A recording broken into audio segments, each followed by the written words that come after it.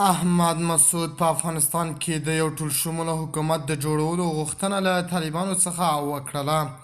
احمد مسعود وایي زه غواړم چې په افغانستان کې یو ټولشموله حکومت جوړ شي او جنگ ته د پای ټکی کېږدم.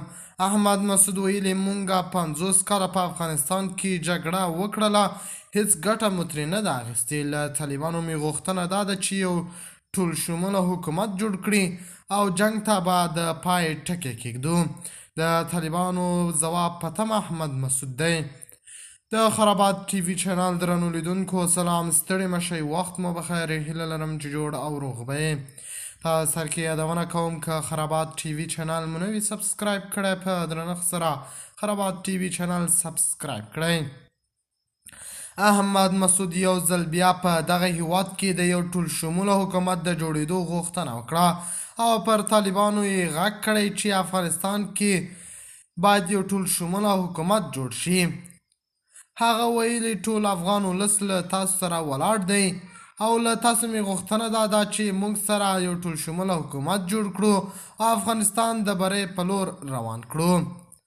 د سپوتنیک د خبر له مخې د انګلستان په کمبریج پوهنتون کې د احمد شاه مسعود او د افغانستان راتلونکي تر عنوان لاندې غونډه جوړه شوې وه چې په طرز کې د دغه پخواني پوځي قومندان زوی احمد مسعود په حقیقت کې خپله وینا له حاضرینو سره شریکه کړه.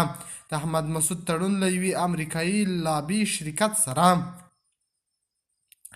احمد مسعود چې د پنجشیر د جبهې مشري کوي او لا هم طالبانو ته له تسلیمېدو ډډه کوي، په روسیه کې منع دی.